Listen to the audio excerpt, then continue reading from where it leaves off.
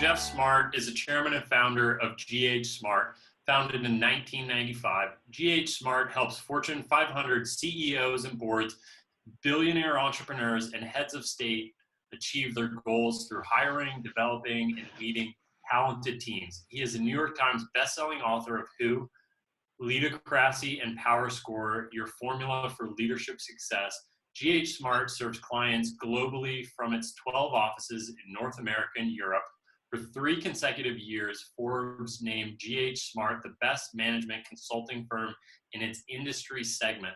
Based on thousands of surveys of business leaders, the firm was named one of the world's top firms in the book, The Art of Managing Professional Services. GH Smart is the subject of 2 Harvard Business School classes titled GH Smart & Co.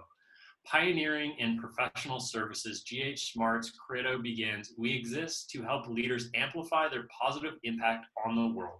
Everyone here is going to receive a copy of Dr. Geoff's book, Who?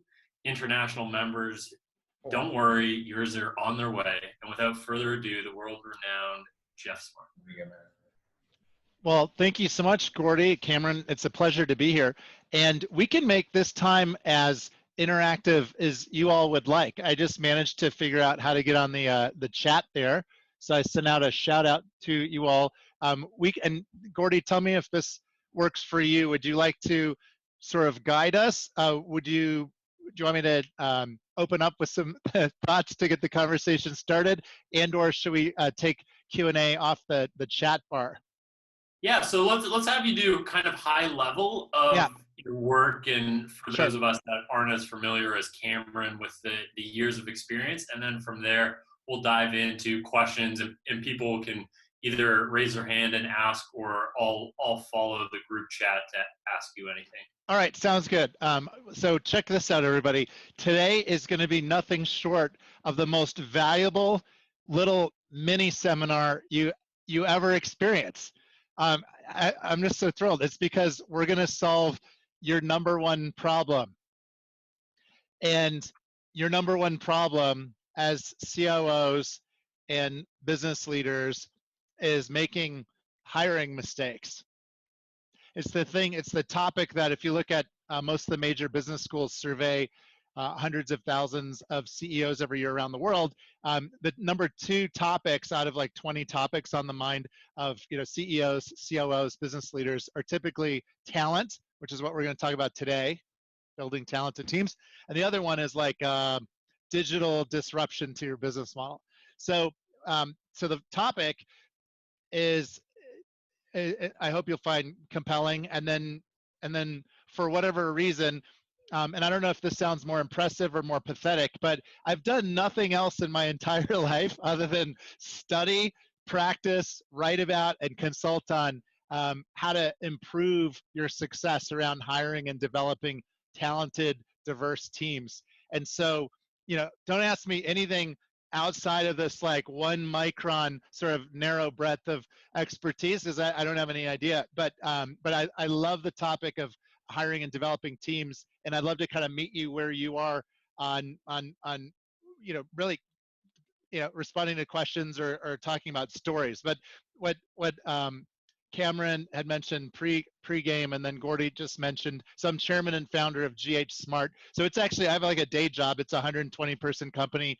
We did 70 million in revenue last year through 12 offices around the US and Europe. And it's mostly consulting with CEOs and COOs of huge companies, some government leaders, some non-governmental organizations, just helping them hire and develop talented teams. So over 25 years, just 2 days ago, we celebrated our 25-year anniversary as a firm. So it's literally, folks, this isn't just stuff I'm making up on the fly.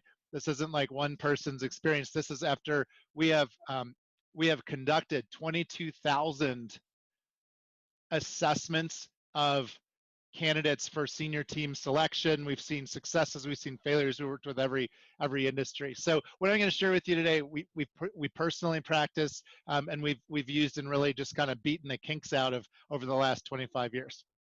So that's the setup. Important topic. The self-proclaimed world expert on the topic. Here we go. What do you all want to talk about? What'd you have for lunch? Oh, let's see here. 2 breakfast burritos. So although I'm feeling a little sluggish from lunch, I do have a little bit of caffeine to keep me going here.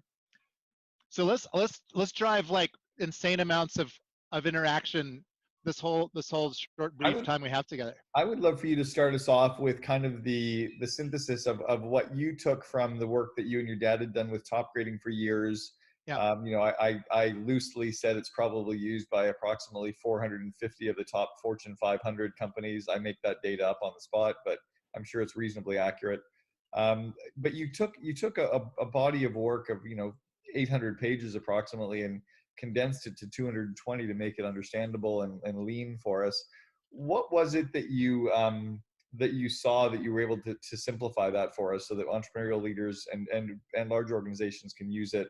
And then second, can you maybe give us the top 5 kind of core areas if you were to take the interview process down, and maybe we could start from there?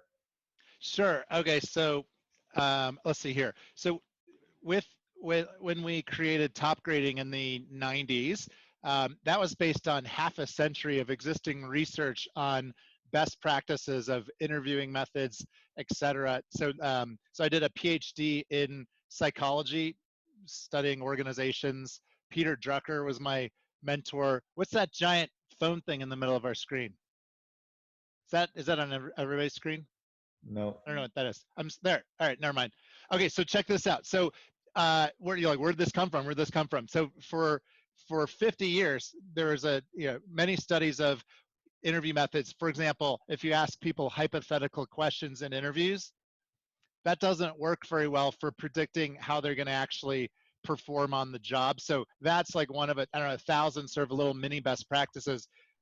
Over 50 years that in the field, we came to recognize our do's and don'ts and that kind of thing. Top grading was sort of like everything in the kitchen sink approach, and then we found that most organizations, especially in the EO YPO world, didn't want to follow a complex method, but wanted like, hey, what are the core elements? So here basically is the punchline on like how to do great hiring, and it really is consistent with all the academic research, which none of you has to go bother to read.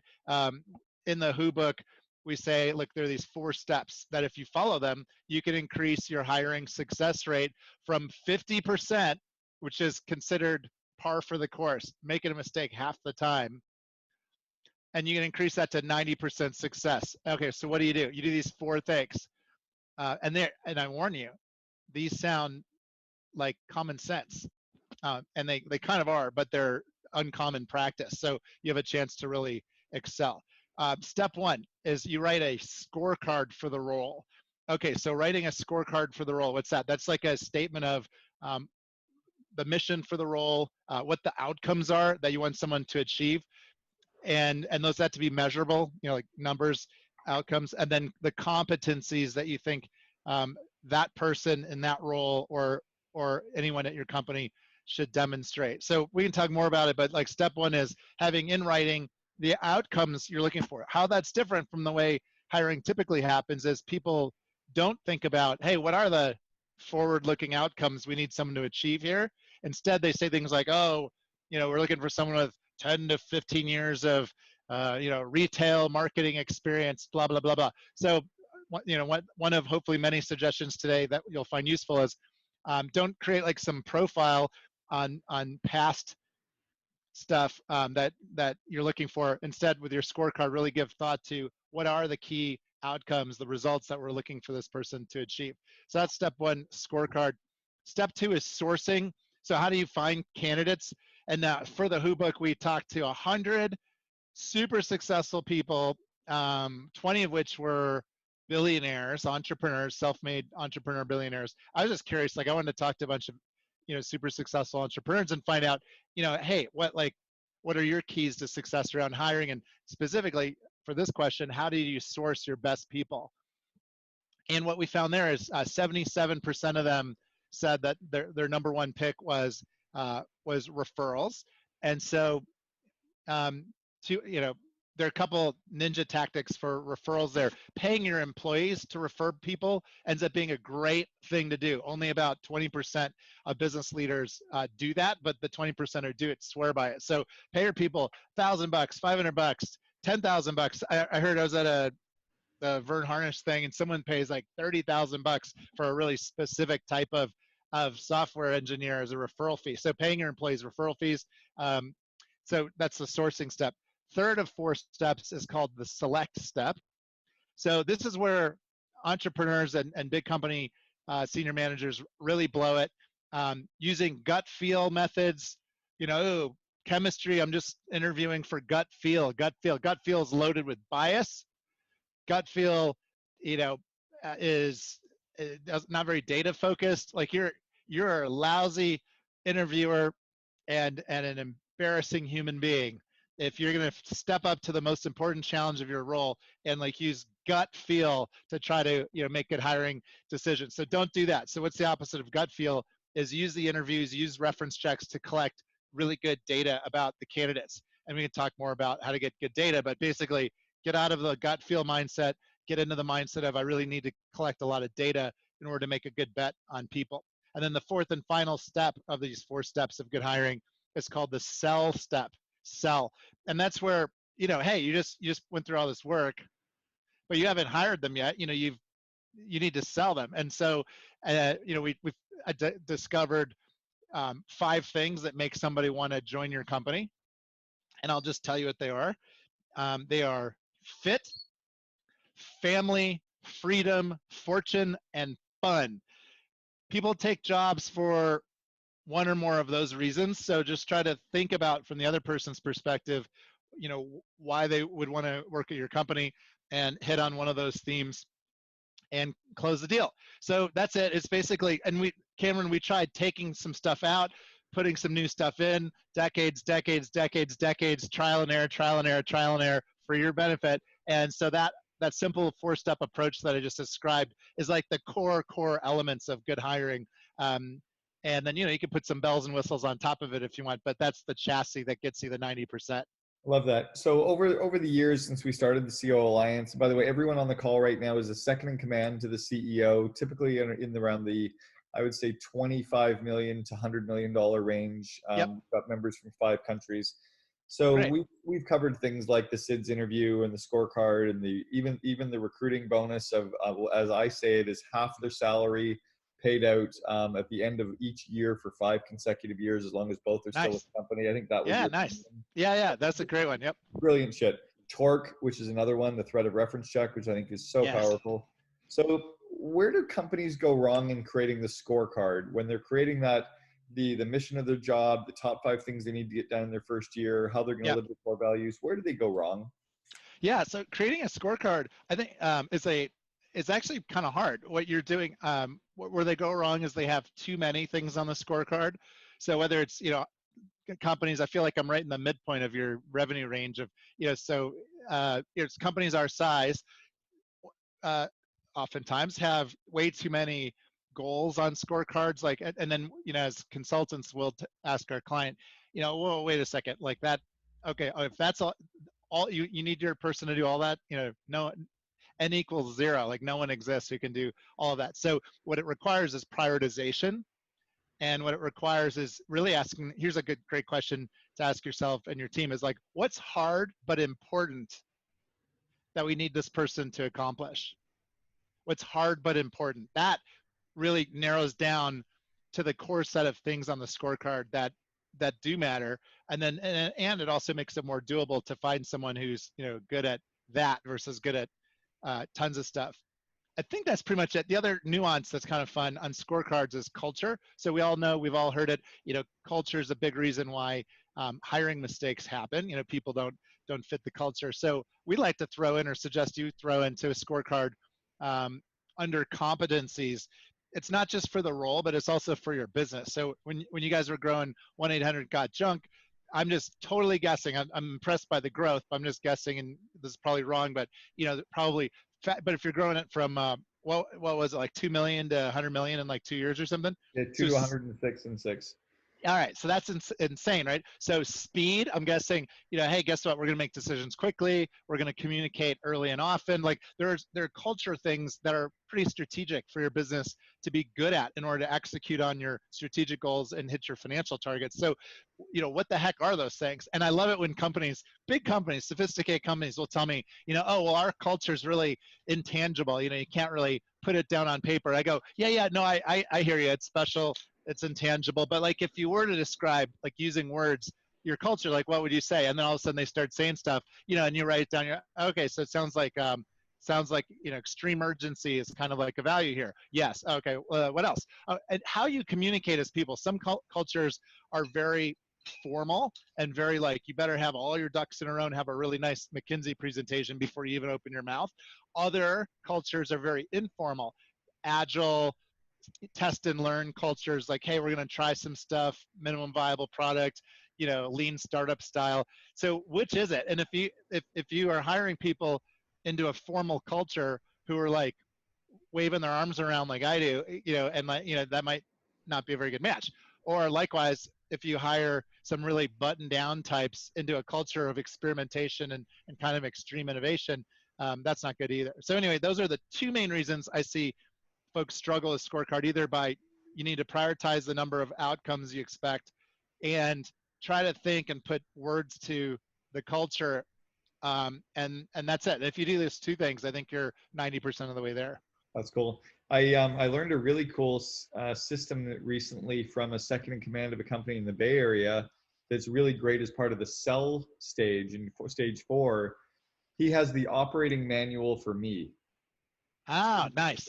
A 4-page document of how he lives and breathes, where he fucks up, where he pisses people off, where he drives them crazy, where they love him, how he operates, so that anyone he's hiring or a level below his direct reports will actually understand who is this second in command I'm coming to work for. Because we never think about that, right? We always try to recruit them into the company, but selling them on the people I thought was interesting. Okay, it's a great idea. That's very modern and aware and high EQ to say, hey, here's a guide on how to work well with super high EQ. He equated it to the dating process before getting married, but he said in the interviewing world, we don't have time to date. We're getting married right away, so I may as well fast forward you through that dating period. On the scorecard approach, do you ever try to quantify the dollar figures that are required for someone to generate to make their role viable? I use the scorecard as a way that unless the hiring manager shows me the scorecard, I'm not going to say, yes, go hire them until I know we're going to get a high enough ROI. I treat it like a marketing spend almost. Do you ever tie it in that way? I think it's really smart to do that. Different financially savvy organizations we deal with get pretty fancy about how they think about human capital, and they do probabilities of success times cost of their salary over the anticipated increase in revenue or margin kind of stuff. Like I think that's very sophisticated. I just look at the 5 big things they have to get done. I'm like, what's that going to drive us for revenue or profit? What's this like? And if you get all those things done, I'll be thrilled at my decision to hire them. But if it only makes 250 grand, why am I spending 120 to hire you? There you go. So you're focused on, so talk about the interviewing process for us. How do we give the skills to our hiring managers and to our leaders? How do we get them skilled up? Even if we think of skill set as like bronze, silver, and gold level at interviewing, what would you do to get people skilled up on interviewing? Yeah, all right, let's see here. Skilled up on interviewing is, you're giving them the Who book. That thing's $15. So our big clients spend $5 million a year to get skilled up on this stuff. You guys get your free $15 Who book. I don't know, tell them for every employee for sure. Yes. So I think it's around the process management of requiring scorecards for starters. So if you're a fast growth entrepreneurial company like many of yours are, people hire people without really thinking through what the criteria are. And so, hey, show me, just what Cameron said is actually really wise. Hey, show me the scorecard for that role, that marketing role. Oh, is that marketing role more focused on generating demand from new clients? Is, oh, that sales role, is that mostly trying to harvest more revenue from existing customers? Like what are we doing here? So having a scorecard spark a conversation to really identify what the business case is for making that hire. I think that's a super big best practice. Then as far as the actual interviewing goes, doing tandem interviews where you're paired up, if you have you or someone else on your team's like pretty good at interviewing, just let newer people or less experienced folks shadow you and just show them. But a lot of those little tactics in the Who book are just super useful. Like, don't talk all the time when you're doing an interview. You should be like talking like 10% of the time, asking a lot of questions. Well, what questions should you ask? Well, you should ask the 5 questions in the Who interview, which for your finalists, which are like, what were you hired to do for each job they've had? What were you hired to do? What did you accomplish that you're proud of? Tell me examples. What didn't go so well in your jobs? Tell me about the people you worked with, and the torque question around, when we have a chance to talk with that boss, what do you think she'll say were some of your big strengths or some of your areas for improvement? Take lots of notes, take lots of notes, take lots of notes. Oh, why'd you leave that job? Demonstrating a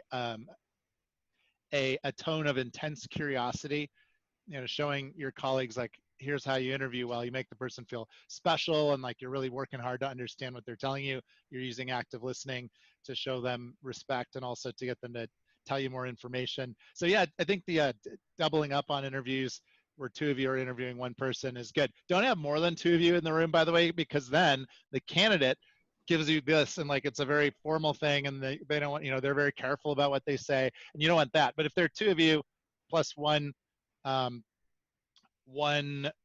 candidate, it's a good way to sort of radiate more skills throughout your organization. And then say like, hey, you want to hire that person and maybe you weren't in the room for the interview. What did you learn? How do you rate them on the scorecard? What do you think they'll do well? What do you think they won't do so well? As that sort of almost Socratic method for getting your senior team to make an argument for why they want to hire one person or another person. So yeah, it's hard. I mean, it's like and we interview people every day, tons of people all the time, like we're constantly interviewing. But if you're growing a company, you're not really interviewing that many very senior people that often. So it's good to have 2-on-1 brains in the room. Yeah, I think there's something there about just the actual interviewers debriefing later to kind of learn from their own mistakes and their own successes in the interview process, right? Talking through it. So you almost kind of laid out the bronze, silver, and gold. Bronze is like learn the methodologies of interviewing and recruiting. The silver is kind of get the art and the balance in of creating the charisma and the charm and the engagement and getting the person talking. And I'm ruthless in an interview, but nobody can see it because I'm just sitting chatting and having a good time. But then all of a sudden you get them crying and then I get them laughing and they're like, what the fuck is going on with me? And they don't see the science behind all that or the years of work on that. So who would the best companies out there be that are in the entrepreneurial world? And I only say entrepreneurial I don't think I necessarily understand the corporate. I coached the CEO of Sprint. That was the biggest company I coached. And they're just so big, right? So if we were thinking of the entrepreneurial style organizations, maybe of less than 5,000 employees, are there any out there that are just great at the interviewing and recruiting process? I don't know. Our client base is more the big corporate companies. Yeah. So let's say I'm just trying to think like among growth companies. I mean, it's totally anecdotal. It's like people who send me emails who read the Who book and they're like, "Hey, we're growing this cool SaaS company in Brisbane, Australia." I'm like, "Great!" Like I don't know if they're awesome at it or not, but yeah, there's so talent in general. Let's hear. I was gonna just talk about bigger like giant companies like Google does a really good job of measuring everything, like measure like their whole deal is like measure everything about culture and hiring and knowing which interviewers are good at picking the right people and giving them more people to interview, and like people who stink at interviewing like either need to get trained or they they don't get the privilege of participating in the interview process. You're Canadian, but everyone on here is not Canadian, so I'll be ambidextrous in my process. I'm a little ambidextrous too. I'm a U.S. resident and I'm Canadian citizen, so I'm actually going back and forth across borders right now too. I'm in Arizona right now though. So one of the tools we've started using recently is we get every job posting, once the job posting is ready to go live, we get it rewritten by a copywriter, and we treat it like a sales letter. You know, we Yep. treat it like a real marketing piece. Yep. Do you do anything with companies there in terms of how to attract talent in? And do you do Yeah. anything in terms of screening out so we don't spend our time with all the shitty people that aren't really interested? Well, yeah, let's see here. So the Before two we questions. get to you almost. Yeah. So the first part of it is around, like marketing your company to the world. I'm with you. I think we have a like a 2-pager called Why Join GH Smart, and we try to, and it's by segment, by different types of colleague we're trying to hire, and we really we use this approach we call empathic imagination, where we go, okay, like for our business, for consulting business, you're at McKinsey, you've been there for 8 years, the lifestyle's rough, you're always on planes, you don't get to talk about leadership stuff as much as just the spreadsheets and the numbers and the mechanics. Like, so we empathically imagine what their current state might be and what they might be looking for in the next stage of their career, and then we speak to those selling points very directly in the marketing pitch doc. So I'm with you. It's funny. I'd love to create an employment branding firm. I've never heard of an employment branding firm.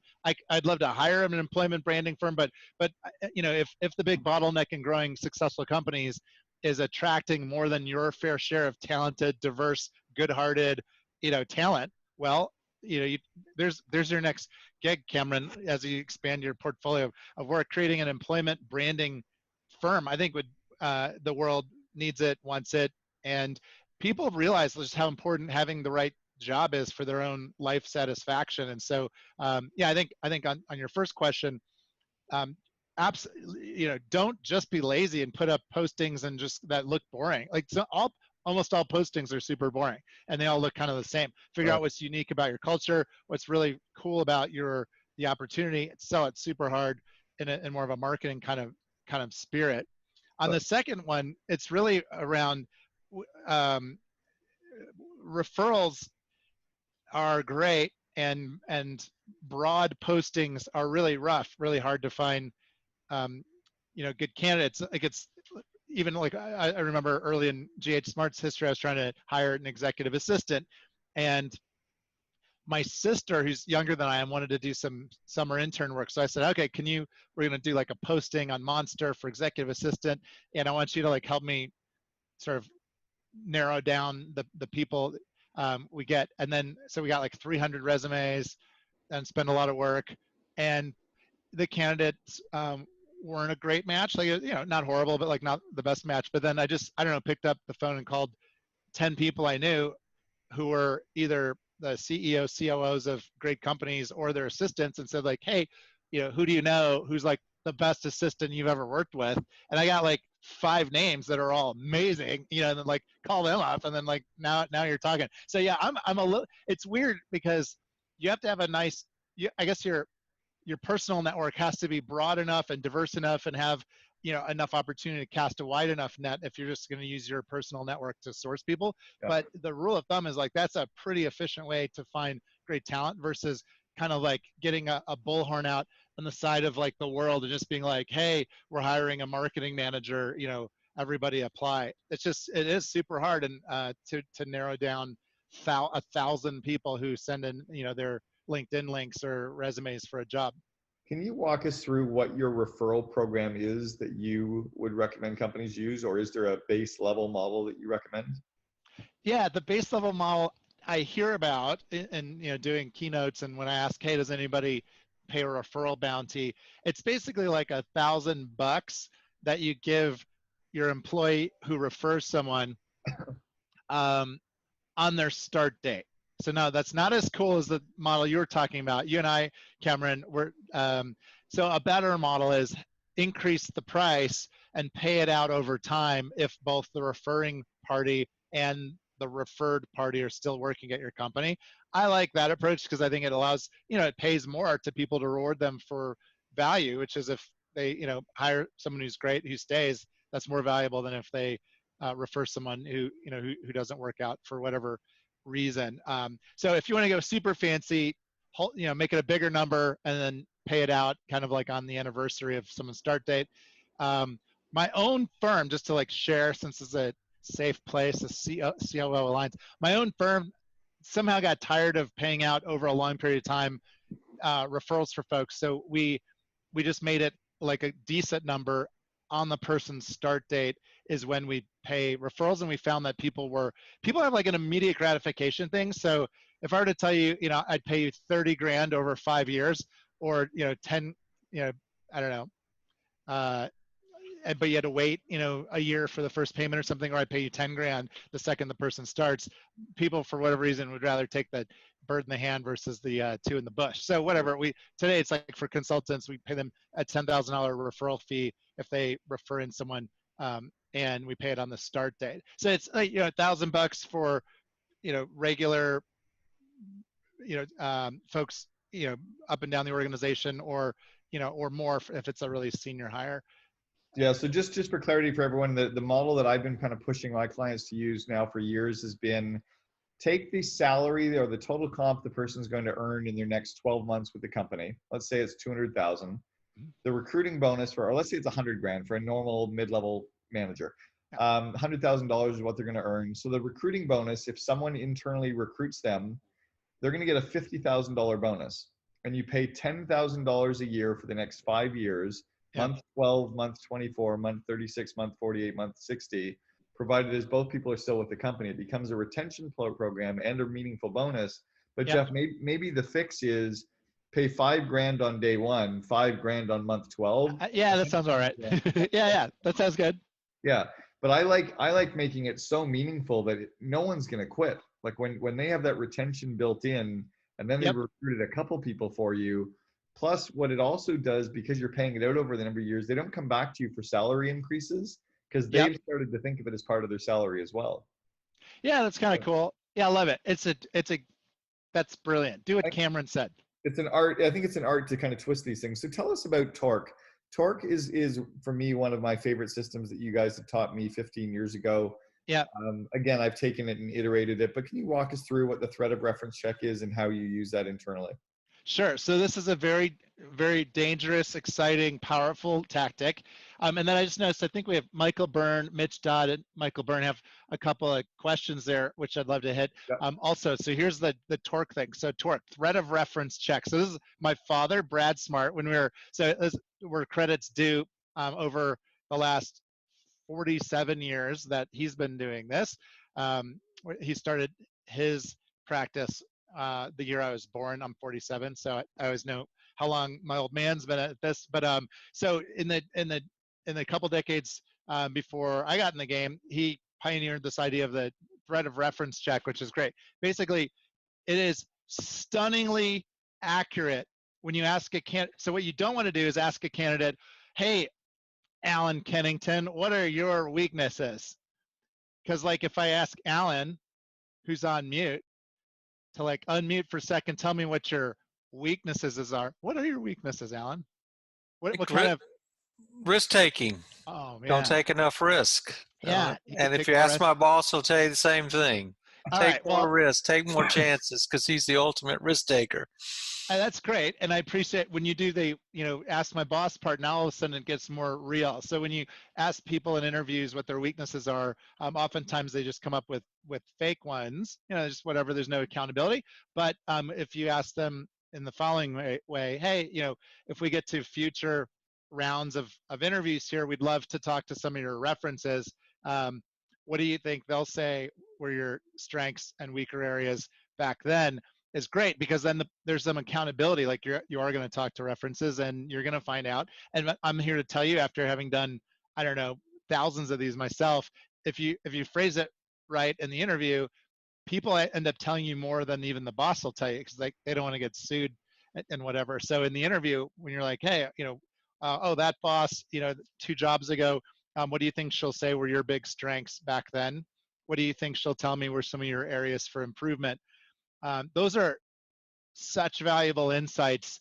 And then when you actually end up talking to the boss, maybe she'll tell you those same things. Maybe she won't. But we find that way of the threat of reference check helps motivate folks to be even more forthcoming with information. than if they don't think you're going to talk to references to verify what they said. I've again kind of iterated your process, and over the course of the first 2 interviews, I draw out names of people, just casually. Who did you like working with? And then I ask questions. Who did you not like working with? Who did you fight with at work? Who did you go to help you solve problems? And then at the end, I'm like, by the way, you mentioned to me the names of 10 people over the first 2 interviews. By Monday, I need the email addresses and phone numbers for at least 8 of the 10. Yep. And they start sweating. And then I say, and when I call these people and I start asking questions and they start complete panicking, the C players you'll never hear from again. The B players are going to come back to you with some of the numbers. The A players will come back to you with 10 out of 10. And it's been I think that's right. It's been a really interesting hoop, or a filter to find out who's actually even willing to let me call them, even if I never call at all. And if you do nothing other than hire people who whose past bosses really thought they were great, like, I don't know, with all the complexity of all these methods and whatever, if you simply do a really good job of hiring folks who whose past coworkers and bosses think they really contributed a lot, I think you're gonna be pretty happy with your hiring success. Well, Cameron, Michael, do you want to ask your question, Michael Byrne? Yeah, the first one was a bit short-handed, but it's meant to be a note, and then I pressed enter too quickly. When it comes to defining A players, do you use anything other than the scorecard? Do you have any other additional tips? So the tips are like, okay, the goal is to hire A players. What's an A player? An A player, the way we define it, is someone who has a 90% chance of achieving the scorecard. That's like one shorthand way of thinking about it. And so if you're not sure, don't hire them. If you're pretty sure they're not going to hit the scorecard, don't hire them. But the way the scorecard should be designed, you should make the scorecard so challenging that only like 10% of the people in a given pool of talent could hit it. So it sounds a little mathy and a little hypothetical, but it's not. Like, picture, for whatever it is, McDonald's restaurant manager. Okay, McDonald's restaurant manager. So define the scorecard in a way that only about the top 10% of fast food restaurant managers could hit it. Cleanliness, revenue, sort of time to process orders, whatever the metrics are, make sure the scorecard is sufficiently challenging. And then if you have a 90% chance, if you are 90% confident that a candidate is going to hit that scorecard, hire them. And I think I get in arguments even with my own team sometimes where we're like, oh, do you hire the first A player you come across, or like, shouldn't you like collect a bunch of them? I think if you come across someone who has you rate an A on something, and you like, hire them. Like the end, like you're done, you're good. It is nicer if you have several candidates to choose among and that kind of thing. And also you want to like then at some point make sure that, a new person coming into the team, that their, personality and background and other things like complement the team or bring diversity to the team or somehow add to the vibe of the team. And those are also nice considerations. So to me, Michael, it's like an individual thing, but then also the second step is to just think about the context of the team, and is this person going to bring an additive awesomeness to the team. That 1982 American hockey was a gold medal coach said, I'm not just hiring, I don't want to just hire the best players, I want to hire the right players. And so, I'm a huge fan. I'm more of a fan now even than when we started this journey 25 years ago of it's all about the team. And so anyway, that A player, 90% chance of hitting a scorecard that only the top 10% of a talent pool could hit. And, hey, let's take a look at the rest of the team and make sure the candidate you're bringing in is a good fit and also brings extra, goodies to the table so that the team as a whole can perform. A players. Yeah, it's basically like you're paying for A players. Like, here's the headline. Here's the shocking thing that will haunt you in your dreams tonight. You're paying for A players. Our point is you can get a range of how well matched someone is for a job, from like not a good match to super match, and it's for the same pay. I don't know how much money McDonald's restaurant managers make. Say it's like 55 grand a year or something like that. For 55 grand a year, I guarantee you there's a huge range in the performance of McDonald's restaurant managers. So your goal as this awesome COO is to go constantly hire the people who are at the top end of the awesomeness range for the same money you're paying. So I'm not suggesting you pay any more money than you do. I'm just suggesting you do your homework so well that you can pick out of a, a needle in a haystack, you can, make good decisions that you won't regret later. Michael, do you want to ask your next question related to the 5Fs? Yeah. So thanks for that, Geoff. And the follow-up question there was, you have the 5Fs in the selling portion. Do you put that directly into the job posting? Do you mention that, or at least address those in some sort, Yeah, or I like how do you bring those? in the Cameron Herald world of like super savvy marketed job postings, which I love. Yeah, trying to tease out what's special, what are the fun things, if there's something cool like gym memberships, etc.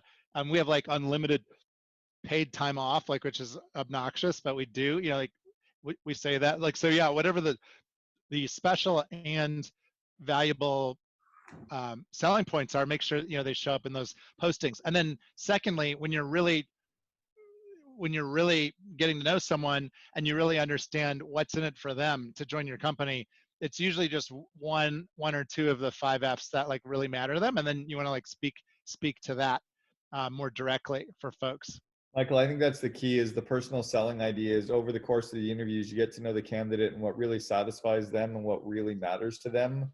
And then you turn your sales towards that, because if you keep it too generic, you miss the point. But if they all of a sudden hear you bring it up in the interview, when you get to know them a little bit, so then you can tailor, it's like, hey, a couple days ago you mentioned such and such, just wanted to talk about that. Or you kind of bring it up in an odd gee shucks way.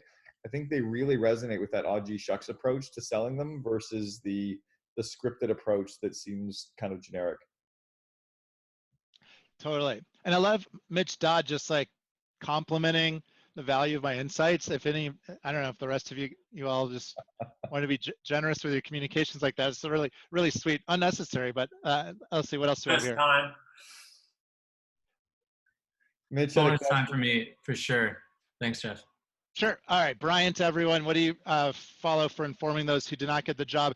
Here's something I think it's really important. We do a weird thing. When we tell someone for our own firm, and we teach our clients to do this too, but it's really an important branding moment when you tell someone that they didn't get the job at your company. Don't just blow them off. Don't just like, sorry, we went in a different direction kind of thing. We want to treat people with a great degree of respect, and just because it's nice to do, but also it really reflects well on your brand. So we'll either, senior people or our recruiters, will have a career conversation with a person like, hey, look, you're not going to get the job. Here's why. Here's some of your strengths that clearly came through.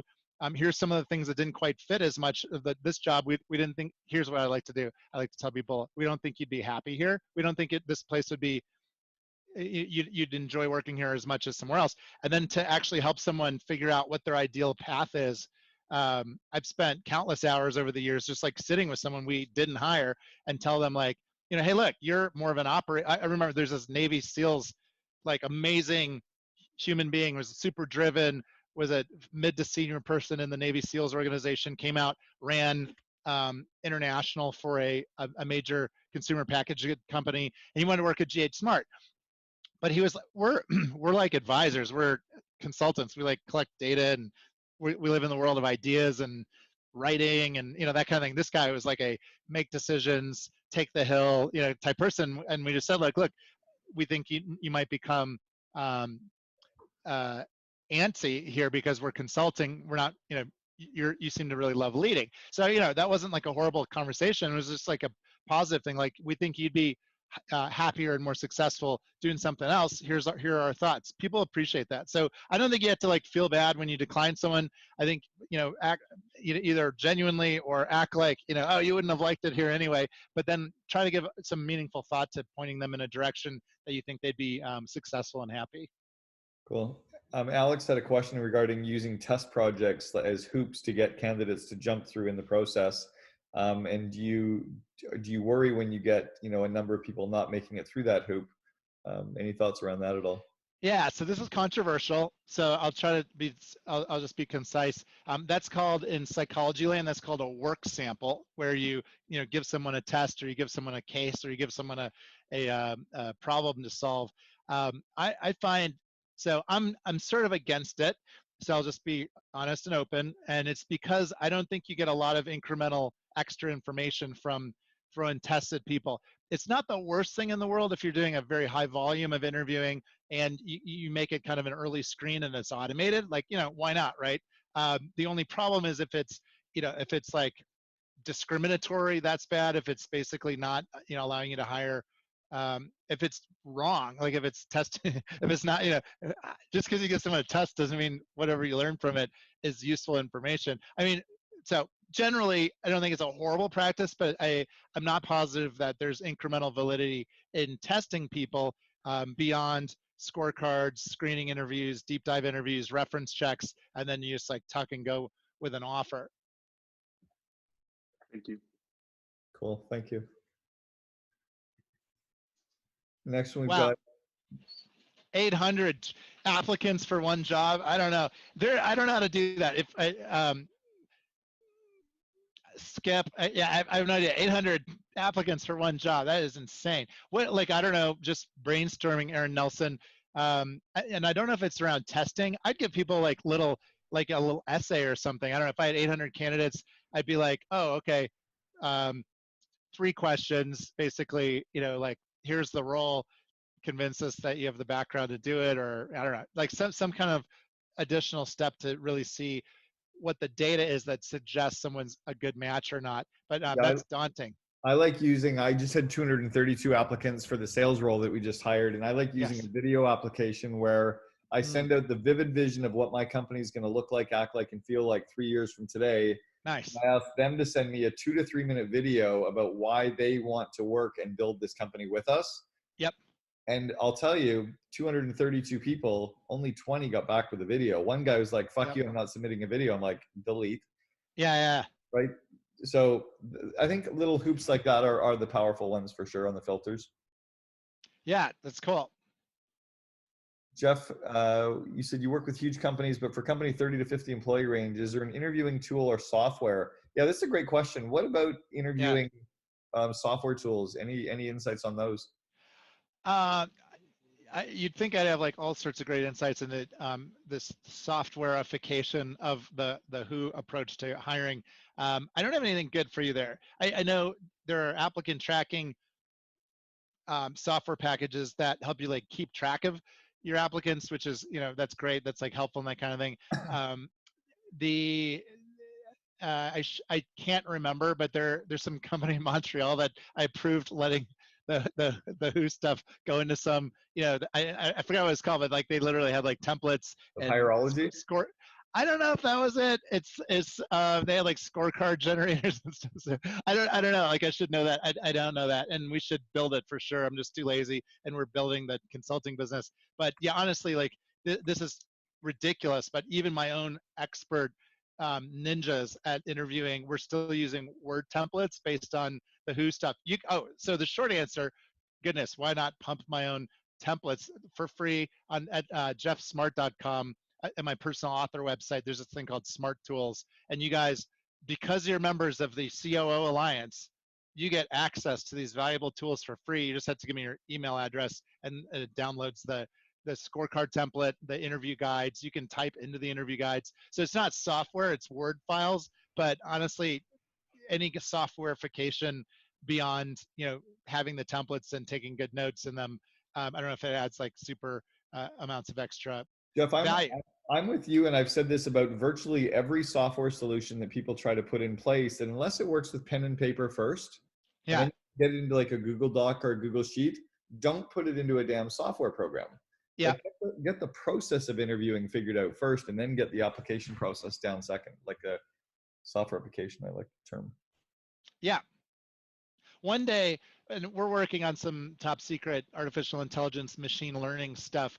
So I wish I could be like, oh yeah, here, hit this link, and you guys can benefit from the 22,000 in-depth interviews that we've done that we're now converting to digital, and then we're going to put algorithms on them so that, let's say you take some notes, you can like slam it against our database and then see red flags or probabilities or like benchmark information. That stuff's coming, but probably not for a couple of years. So yeah, in the meantime, use the Word files and you should be good.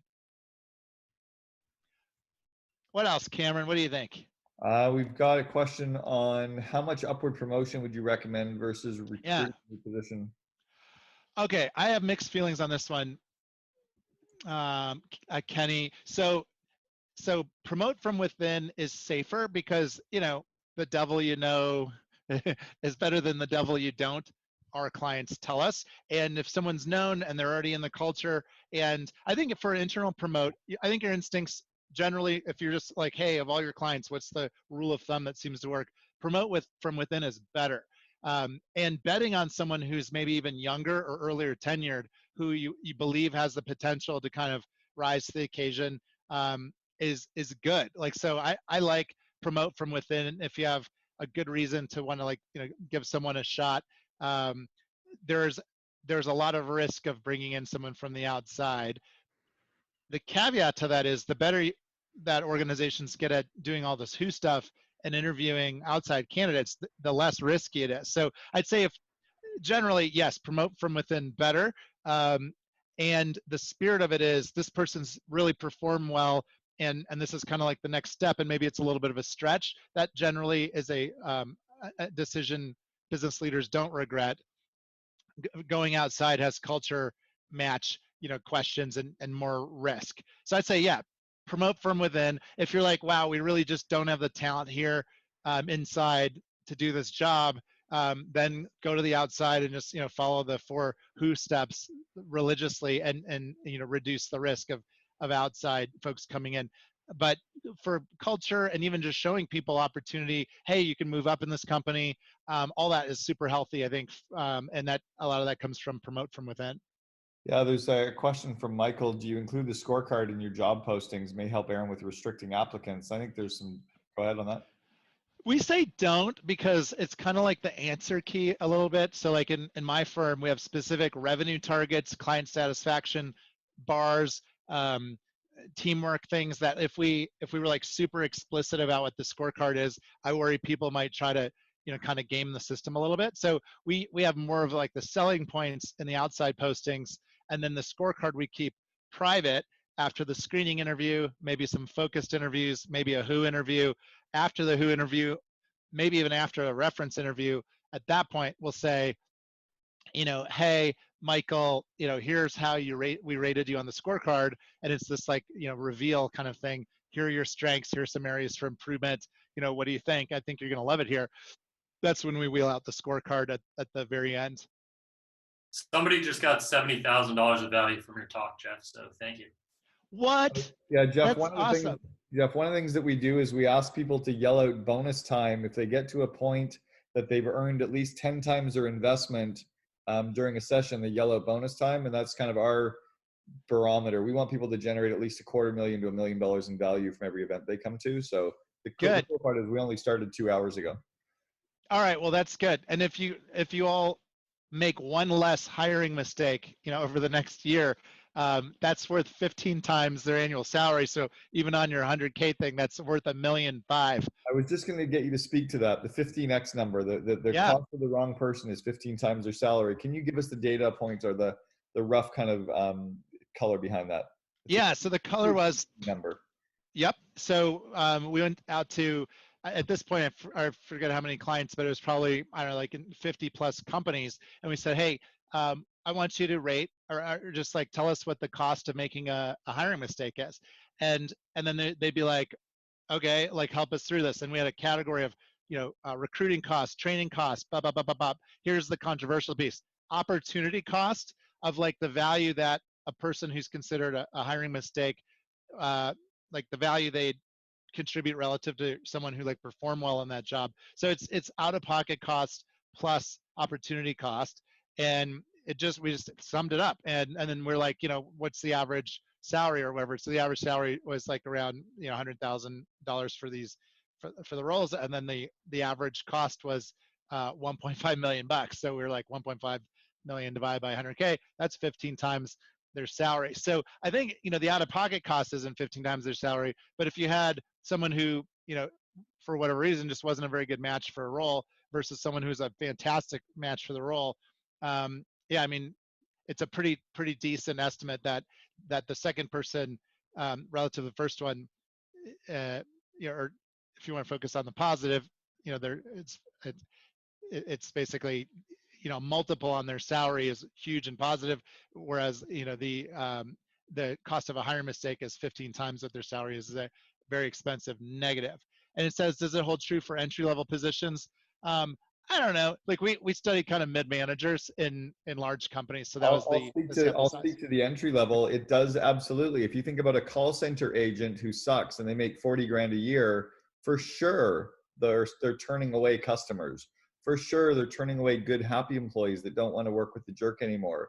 For sure they're sucking up your management time and resources that you could be spending with your A players instead you're spending with your C. So it's absolutely across the board. Yeah. So there, you guys, look at you guys are answering your own questions there too. Once Michael Byrne is, if you just go to that geoffsmart.com smart thoughts, it'll just be like, oh, you want to download the templates, just put your email in, and then that signifies, you can't resell the stuff, by the way, but you guys can all use it for your personal use in your companies. Yeah, I want to speak to that as well, by the way. There's a very, very, very dangerous, lazy habit that entrepreneurs do, which is, can I take your scorecard for a director of marketing and I'll just recruit a director of marketing? No, it's a very different job company to company.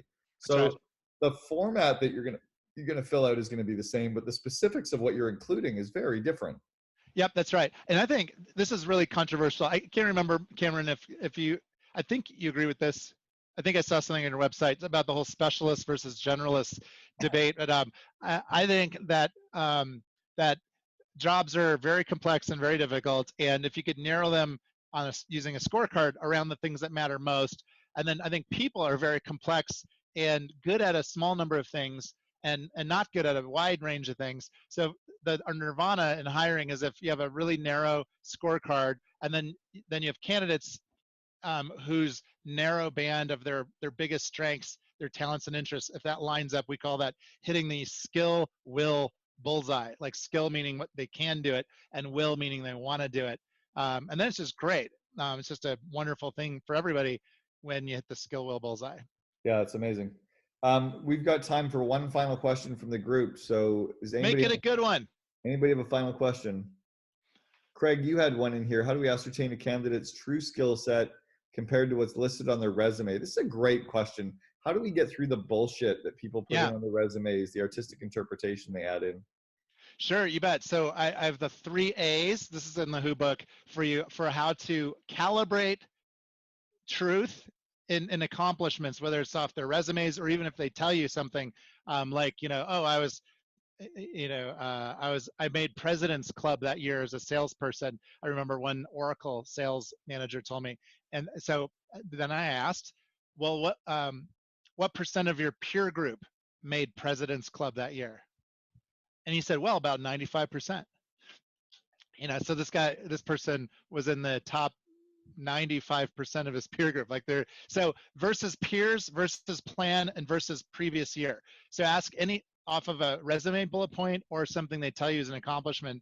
Just ask oh, how many people were roughly in your peer group? 7. Oh yeah, how did you perform? How did your performance rank relative to them? So versus peers, great question. You sold 38,000 widgets. What was the plan? Like how many were you supposed to sell? And versus plan is another great calibrating question. And then finally, versus prior year. So if someone says, oh, we came in as running a garbage collection company, and we had 2 violent accidents that required hospitalization in the year I came. And then you go, oh, well, what was it the previous year? Oh, previous year is 200, and then we reduce it to 2. That's a good accomplishment. Or if they had never had a violent, hospitalization, and then they had 2 of them on this person's watch, then that'd be bad. So calibrating based on peers, plan, or prior year is a good way to get to the truth of weighing how impressive an accomplishment is. Amazing. Geoff, thank you so much for showing up. Thank you so much for this kind of fireside chat Q&A. Delivered exactly what I was hoping to. So thank you. Amazing. Thanks, Cameron. Thanks, Alan, Valerie, John, Jason, Michael, Gordy, Diane, Michael, Ashley, Sophie, Aaron, Craig, Robert, Kenny, Mitch, Alex, and Brian. It's a great pleasure. Time flies when you're having fun. Thanks again, Cameron. Bye, Enjoy guys. the rest of the time. Yeah.